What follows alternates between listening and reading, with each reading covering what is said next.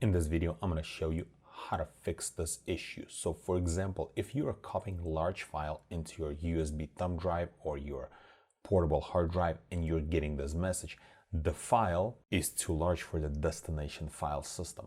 So what does that mean? Your USB drive or your hard drive is formatted as FAT32. We need to convert that into the NTFS because FAT32 doesn't support more than 4 gig file. So that's why we're getting this message. So what we need to do, we need to go back and then we need to right click on our USB drive or hard drive and then we need to format. So here's the thing though, if you do this, it's gonna erase everything what's on your hard drive. And if you don't have nothing on your hard drive or you don't care if all the data is gonna be lost, that's fine.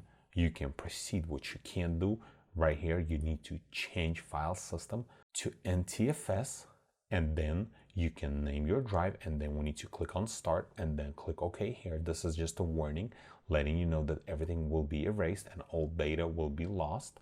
We need to press OK. And once the process is done, we can click on OK and then we need to close. And now you can try to move that same file into this USB drive and you're going to be able to copy successfully. So you can see if I'm going to right click on it, I'm going to click on properties. This is almost 5 gig file. And now I move here and it's copying just fine. And I'm not going to wait until it's going to copy. I'm just going to click cancel. And right here, this is a second method how to convert your USB or your hard drive and not lose any data. So for example, if we have some kind of files in our USB flash drive, I have a text file right here and I don't want to lose this and I don't want to do a backup. And when I'm trying to move this file into our USB drive, we're getting the same message. So I'm just going to show you this time when you right click on and you click on properties and you can see right here the file system is FAT32. So we're going to convert to NTFS. So not to lose any data on your drive, what we need to do, we need to open Powershell and you can do that, right click on a start and click Windows Powershell with admin, or you can just click on start and type Powershell and then you need to right click on it and run it as administrator.